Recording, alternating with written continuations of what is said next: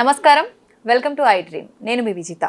ప్రస్తుతం మనతో పాటు ఉన్నారు శ్రీ విద్యా ఉపాసకులు, ప్రముఖ జ్యోతిష్యులు గుండెపూడి శివసుధీర్ శర్మ గారు. ఇప్పుడు గురుగారితో మాట్లాడి మనకున్న సందేహాలన్నింటినీ నివృత్తి చేసుకుందాం. నమస్కారం గురుగారు. శ్రీమాత్రే నమః. శ్రీ గురుభ్యో నమః. గురుగారు, శ్రావణ మాసం అనగానే ప్రతి ఒక్కరం కూడా అమ్మవారి ఆరాధనలోనే మునిగిపోతుంటాం. కానీ శ్రావణ సోమవారాల్లో శివుడిని కూడా ఆరాధించవచ్చు. అంతే విశిష్టత, అమ్మవారిని పూజిస్తే ఎంత విశిష్టత, ఎంత ఫలితం ఉంటుందో ఆ మాసంలో శ్రావణ సోమవారం పూజ చేస్తే కూడా అంతే ఫలితం ఉంటుందని చెప్పి వింటున్నాం. నిజంగా అది నిజమే అంటారా? సోమవారం రోజు మనం శివయ్యని ఏ రకంగా ఆరాధించవచ్చు? ఇందాక మనం చెప్పుకున్నట్టుగా ప్రతి రోజు కూడా ఒక ప్రత్యేకత. శ్రావణ మంగళవారం, శ్రావణ శుక్రవారం, శ్రావణ గురువారం, శ్రావణ పౌర్ణమి, సంకష్టహర చతుర్థి, మహాశివరాత్రి, అలాగే సోమవారాలు. ఇక్కడ ఈశ్వరుడికి విష్ణుమూర్తికి భేదం లేదు, ఇద్దరు ఒకటే అనేటువంటిది మన తత్వం.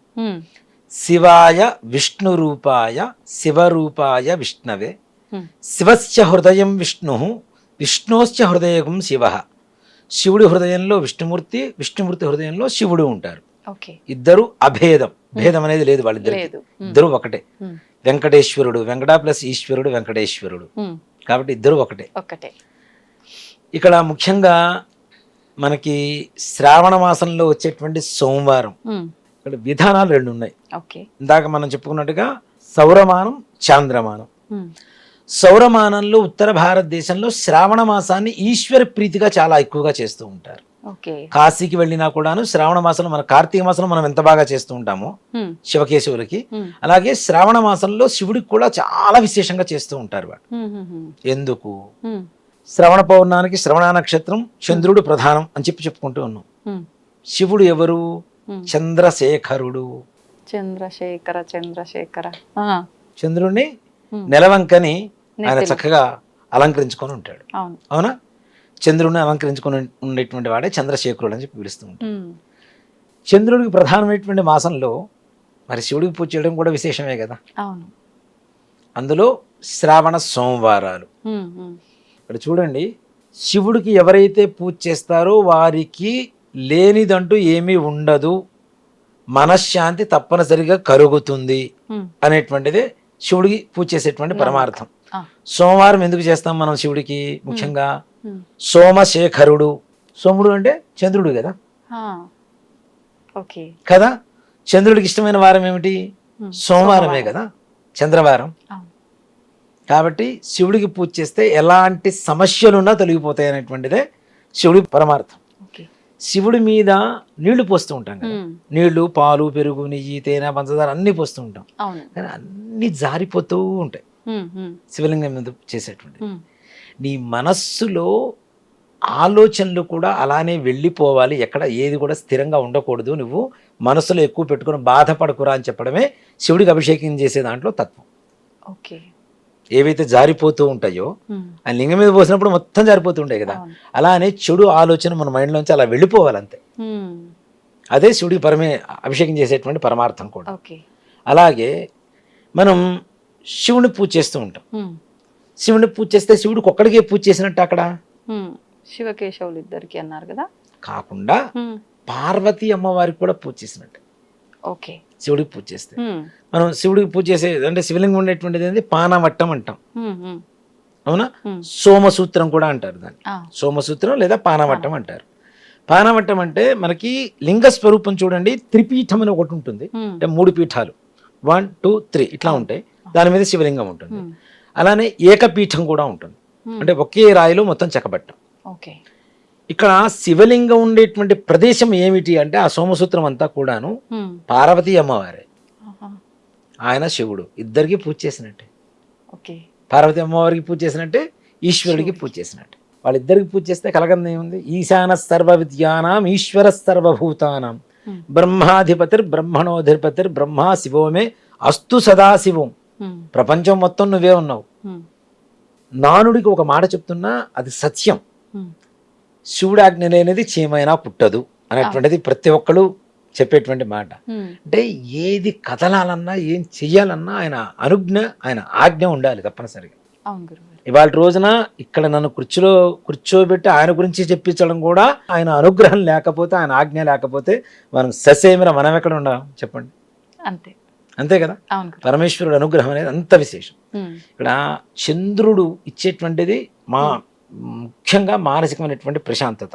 కాబట్టి ఈశ్వరుడికి పూజ చేస్తే వచ్చేటువంటిదే మానసికమైనటువంటి ప్రశాంతత. శివుడు ఎక్కడ ఉంటాడు మనకి? శ్మశానంలో ఉంటాడు. చిట్ట చివరి వరకు తోడు ఉండేటువంటి దైవం. చిట్ట చివరిలో నిన్ను కన్నవాళ్ళు, నువ్వు కన్నవాళ్ళు, నిన్ను కట్టుకున్న వాళ్ళు, నీ తోడుండేటువంటి వాళ్ళందరూ వెళ్ళిపోయినా సరే నీతో తోడుండేది ఎవరు అంటే శివుడే.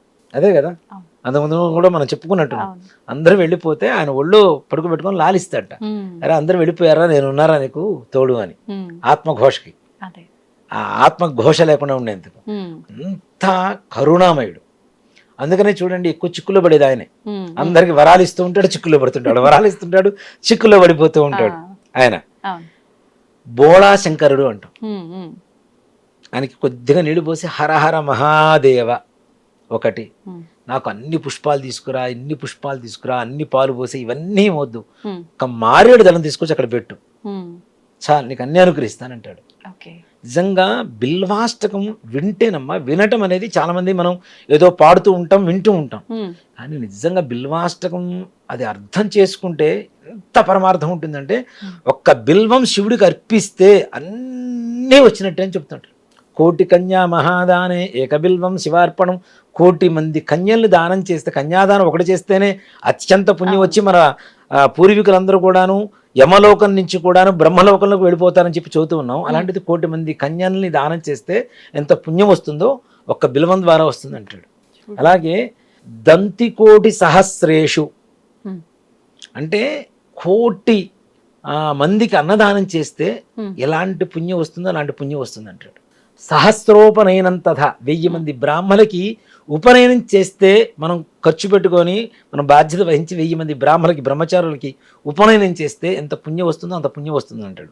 ఒక్క బిల్వం శివుడికి ఇస్తే చాలు. అవన్నీ ఎట్లా సాధ్యపడనివి, మనకు ఇవన్నీ కూడా అసాధ్యం. ఈ జన్మలో మనం చేయలేనటువంటి పనులు ఇవన్నీ. నిజంగా వాడు చెప్పాలంటే త్రిదళం త్రిగుణాకారం త్రినేత్రం త్రియాయుధం త్రిజన్మ పాప సంహారం. 3 జన్మల క్రితం నుంచి చేస్తున్నటువంటి పాపాలన్నీ కూడా సంహరించుకొని పోయి ఏకబిల్వం శివార్పణం. అసలు ఎంత అంటే భగవంతుడు అంతకంటే అవలీలగా మన చింతన చేరి మనల్ని అనుగ్రహించేటువంటి దైవం మరొకటి లేదు అని చెప్పడానికి శివుడు ఒకటి చాలు. దానికి నీళ్లు పోసి హరహర మహాదేవని ఒక మారేడు దళం అక్కడ పెడితే, మారేడు దళం అక్కడ కూడా ఆయన చూడండి, ఆయన స్వార్థం కాదు, అది మన కోసమే. మారేడు దళం అంటే లక్ష్మీదేవి యొక్క నివాసం. మారేడు పండు ఉంటుంది, శ్రీ ఫలం అంటాం దాన్ని. అవునా? శ్రీ అంటే ఎవరు? అమ్మవారు, లక్ష్మీదేవి కదా. అంటే అమ్మవారికి ఇష్టమైనటువంటి ద్రవ్యంతో నాకు పూజారా, నీకు లక్ష్మిని ఇస్తాను, ఒక ఆకుజాలు రా అని చెప్తున్నాడు ఆయన. అనే చెప్తున్నాడు. అంటే అంత భవ్యమైనటువంటి దివ్యమైనటువంటి అనుగ్రహాన్ని కలిగజేసేటువంటి ఆ పరమేశ్వరుని శ్రావణ సోమవారాలు 4 సోమవారాలు కూడాను, కార్తీక మాసంలో మనం ఎలా అయితే సోమవారాలు ఉపవాసం ఉంటూ శివుడికి పూజ చేసుకుంటామో, నక్తం అంటాం. నక్తము అంటే నక్షత్ర దర్శనం అయిన తర్వాత భోజనం చేయడాన్ని నక్తము అంటాం. పొద్దున్నే 4 గంటల కల్లా నిద్రలేవడం, దీపారాధన, స్నానం చేసుకొని చక్కగా యథావిధిగా విధులన్నీ నిర్వర్తించుకోవడం, దీపారాధన చేసుకోవడం, ఇంట్లో శివలింగం ఉంటే శివలింగానికి కొద్దిగా నీళ్లు పోసుకొని ఒక మారేడు దళం పెట్టడం, ఆయనకి నివేదన పెట్టడం, ఏదన్నా మరలా మధ్యాహ్న కాలంలో అవకాశం ఉంటే ఏదన్నా చక్కగా పూజ చేసుకొని ఇచ్చేసుకోవడం, సాయంకాల సమయంలో మరలా పూజ చేసుకొని, లేదు ఏదైనా శివాలయంలో దగ్గరుంటే శివాలయానికి వెళ్ళి దర్శనం చేసుకొని వచ్చి భోజనం చేయి. శ్రావణ మాసం మొత్తం చేయొచ్చు ఇలానే, లేదు కనీసం శ్రావణ సోమవారాలైనా సరే ఈశ్వరుడికి అభిషేకం చేయటం. దీంట్లో నిజంగా చాలా మంది కార్తీక మాసంలో పెద్ద పెద్ద శివలింగాలు ఇవన్నీ పెట్టేసి అభిషేకం చేస్తుంటారు. అలాంటి శ్రావణ మాసంలో చేయండి. లక్ష్మీదేవి అనుగ్రహం, ఈశ్వరుడి అనుగ్రహం, చంద్రుడి అనుగ్రహం పరిపూర్ణంగా కలుగుతాయి తప్పనిసరిగా. ఆయన ఇక్కడ చాలా మంది ఏంటంటే ఈశ్వరుడు ఐశ్వర్యకారకుడు అని చెప్తూ ఉంటాం. లక్ష్మీదేవి అనుగ్రహం కలిగితే చాలా అనుకుంటాం కదా. ఈశ్వరుడు ఐశ్వర్యకారకుడు. ఆయన పెట్టుకున్నటువంటి భస్మంలోనే ఉండేటువంటి ప్రపంచం మొత్తం, ఐశ్వర్యం మొత్తం దాంట్లోనే ఉంటుంది. ఆయన రుద్రాక్షలోనే ఉండేటువంటి ఐశ్వర్యం మొత్తం ఉంటుంది. అందుకనే మనకి మారేడు ఫలం పండు తీసుకొని దాన్ని లోపల మొత్తం తొలిచేసి విభూతి దాంట్లో పోసి దానికి ఒక బిరడ మూత పెట్టేసి ప్రతిరోజు ఆ విభూతిని కొద్దిగా చేతిలో వేసుకొని భస్మధారణ చేసుకుంటారు. తద్వారా కూడా లక్ష్మీదేవి అనుగ్రహం కలుగుతుంది. శ్రీఫలం, శ్రీఫలంలో భస్మం, ఈశ్వర ప్రీతి, ఈ 2 వేసి చేతిలో భస్మం వేసుకొని బొట్టు పెట్టుకుంటున్నాం. లక్ష్మీదేవి అనుగ్రహం కలుగుతుంది కదా అక్కడ. అవును గురుగారు. కాబట్టి తప్పనిసరిగా ఆ విధంగా కూడా లక్ష్మీదేవి అనుగ్రహాన్ని పొందడానికి ఈశ్వర ఆరాధన అనేది చాలా ముఖ్యం. అందుముందు మనం చెప్పుకున్నాం కుబేరుడి గురించి కూడా కదా. కుబేరుడు నవనిధులన్నిటికీ కూడాను ఆయన అధిపతిగా చేసినటువంటి వాడే ఈశ్వరుడు. కాబట్టి అలాంటి ఈశ్వరుణ్ణి శ్రావణ సోమవారాల రోజున తప్పనిసరిగా ప్రదోష కాలంలో అభిషేకం చేయించుకొని, ఇంకొకటి కూడా చెప్తాను, ఏళ్ళనాటి శని బాధలు, అర్ధాష్టమ శని, అష్టమ శని, అలాగే శని మహర్దశ, శని అంతర్దశ జరుగుతూ బాధపడేటువంటి వాళ్ళు కూడా చాలా మంది ఉంటారు. ఇలాంటి వాళ్ళందరికీ శ్రావణ మాసంలో సోమవారం రోజున ప్రదోష కాలంలో నువ్వుల నూనెతో ఈశ్వరుడికి అభిషేకం చేస్తే, నువ్వుల నూనెతో అది చాలా తక్కువ దేవాలయాలు చేస్తారు, అందరూ ఒప్పుకోరు. కానీ ఎక్కడైనా నిజంగా దాని ప్రాశస్యం తెలిస్తే అర్చకుడైనా చేస్తాడు. అలా కనుక అర్చకుని ఒప్పించుకొని ప్రదోష కాలంలో చేయించుకుంటే సకల శని బాధలన్నీ కూడా తొలగిపోతాయి. అసలు పూర్వకాలంలో మనకి నవగ్రహాలు ఎక్కడ ఉంటాయి? శివాలయాల్లో మాత్రమే ఉండేవి. ఇప్పుడు అవి కమర్షియల్ గాడ్స్ కాబట్టి వాళ్ళు అన్ని దేవాలయాల్లో ఉంటారు. ఇప్పుడు విష్ణుమూర్తి దేవాలయానికి వెళ్ళాలా లేదా అని ఆలోచిస్తాడు, కానీ నవగ్రహాలు ఉంటే అమ్మో నవగ్రహాల ప్రదక్షిణ చేస్తే ఉన్న పాపం పోతుంది, లేకపోతే చేయబోతే ఏదో వస్తుంది అనేటువంటి ఒక భయంతో వెళ్తున్నారు. భక్తి కూడా కాదు, భయంతోనే వెళ్తారు. కాబట్టి అవి కమర్షియల్ గాడ్స్ అనే చెప్తాను నేను ఇప్పుడు జనాల చేతిలో. కాబట్టి శివాలయంలోనే ఉండేవి పూర్వకాలంలో. అంటే నవగ్రహాలన్నిటి కూడా శివుడి ఆధీనంలో ఉంటాయి. కాబట్టి శివుడికి పూజ చేస్తే చాలు అన్ని రకాల సమస్యలు తొలగిపోతాయి. అలాగే శివాలయంలోకి వెళ్ళినప్పుడు శివుడి ప్రసాదం తినకూడదని చాలా మంది చెబుతూ ఉంటారు. ఇంటికి తెచ్చుకోకూడదు, వ్యూఫ్ తెచ్చుకోకూడదు, పుష్పాలు తెచ్చుకోకూడదు అని. అది కూడా తప్పే. దానికి కూడా ఒక పరిహారం ఉంది. పరిహారం అంటే ఇప్పుడు మనం శివాలయంలో ప్రదక్షిణలు చేస్తాం, ప్రదక్షిణాలు చేసి అభిషేకం చేయించుకుంటాం, పూజ చేయించుకుంటాం, పుష్పాలు, కొబ్బరి చిప్ప ఒకటి, కొద్దిగా ప్రసాదం, తీర్థం చేతికి ఇస్తారు. అవి ఇంట్లో ఉండేటువంటి వాళ్ళకి పెద్దవాళ్ళకి తెచ్చుకోవాలంటే ఏం చేయాలి? మనం అక్కడ కూర్చొని తీర్థం స్వీకరించాలన్నా సరే ఒక నియమం అనేది ఉంటుంది శివాలయంలో. శివాలయంలో అభిషేకం చేసిన తర్వాత నీళ్లు మొత్తం ఉత్తర వాహినిగా ఉత్తరం వైపుకే బయటకు వస్తూ ఉంటాయి. మనకి ముఖం ఏ వైపు ఉన్నా వచ్చేటువంటి నీళ్లు మాత్రం బయటికి తప్పనిసరిగా ఉత్తర ముఖం నుంచే బయటకు వస్తుంది. అక్కడ ఎవరు ఉంటారు? చండీశ్వరుడు ఉంటాడు. ఈశ్వరుడికి చేసినటువంటి నీళ్లు కానీ, పాలు కానీ, పంచదార కానీ, పంచామృతాలు కానీ, లేదంటే ఒక మారేడు దళం కానీ, పుష్పం కానీ, భస్మం కానీ, ఏవైనా సరే అన్నీ కూడాను ఆయన దగ్గర నుంచి చండీశ్వరుడికి ప్రసాదంగా వెళ్తాయి. ఈశ్వరుడు చండీశ్వరుడికి ఇచ్చినటువంటి ఒక వరం అది. నా దగ్గర నుంచి వచ్చేది ప్రతి ఒక్కటి కూడా ఉత్తరం ద్వారా నీకు ప్రసాదంగా అందబడతాయి. ఇదే నీకు నివేదన, ఇదే నీకు ప్రసాదం, ఇదే నీకు ఆహారం అని చెప్పి ఈశ్వరుడు చండీశ్వరుడికి వరాన్ని ఇచ్చాడు. మరి ఆయనకి వరాన్ని ఇచ్చినప్పుడు ఆయన తీసుకోవాల్సింది మనం తీసుకుంటే కోపం వస్తుంది కదా చండీశ్వరుడు. అందుకని మనం ఏదైతే ప్రసాదం తీసుకుంటామో ఆ ఉత్తరం వైపు ఆ నీళ్లు బయటకు వచ్చేటువంటి సోమసూత్రం దగ్గరికి వెళ్ళి ఒకసారి చిటికే వేసి 3 సార్లు చండీశ్వరుడికి చూపించి నీ అనుగ్రహం ఇవ్వయ్యా ఇంటికి తీసుకెళ్తా అని చెప్పి ఆయనకి చెప్పి ఇంటికి తీసుకొచ్చుకోవాలి. ఆయన అనుమతితో. ఆయనవి కదా, శివుడి కూడా ఆయనవి కదా. అందుకని ఆయనకు చూపించి మనం ఇంటికి తెచ్చుకోవచ్చు, చక్కగా తీర్థం ప్రసాదం తెచ్చుకోవచ్చు. ఈ విధంగా నువ్వులతో కూడా చేయండి. తప్పనిసరిగా ఉండేటువంటి సకల శని బాధలు, నవగ్రహ బాధలు తొలగిపోతాయి. సకలైశ్వర్య ప్రాప్తి కలుగుతుంది, ఈశ్వర అనుగ్రహం కలుగుతుంది. తప్పనిసరిగా పడుకుంటే ఈ శ్రావణ మాసంలో కనుక మనం చేయగలిగితే, నిజంగా నిష్టగా చేయగలిగితే, కార్తీక మాసం లాగా నక్తం తీసుకొని జీర్ణక్రియ ఉపయోగపడుతుంది. తొందర మంచిగా అరుగుదల, దానికి ఒక రెస్ట్ అనేది దొరుకుతుంది, మంచిగా అరుగుదల వస్తుంది. అలానే ఆరోగ్యవంతులుగా మారుతూ ఉంటాం మనం. అలాగే నక్షత్రాలు అంటే అక్కడ నక్షత్ర దర్శనం అని చెప్పి నక్తం చూస్తున్నాం, కానీ అక్కడ చంద్ర దర్శనం, చంద్రుడు కనబడాలి. అమావాస్య వెళ్ళిన మరుసటి రోజు ఏదైతే ఉంటుందో అది మాత్రం తప్పనిసరిగా 2 పూట్ల భోజనం చేయాలి. శ్రావణ మాసం అయిపోయిన మరుసటి రోజు పొద్దున్నే భాద్రపద శుద్ధ పాడ్యం వస్తుంది కదా, ఆ పాడ్యం రోజున మాత్రం 2 పూట్ల చక్కగా భోజనం చేయాలి.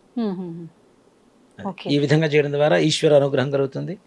తప్పనిసరిగా అనుకునేటువంటి సకల సంకల్పాలు నెరవేరుతాయి, సకల సంపదలు కలుగుతాయి. ఓకే, నేను క్వశ్చన్ ఒకటి తీసుకుంటే మీ దగ్గర నుంచి నాకు 2-3 రకాల ఆన్సర్లు వచ్చాయి గురుగారు. నిజంగా సంతోషం గురుగారు. శ్రీమాత్రే నమః. శ్రీ గురుభ్యో నమః.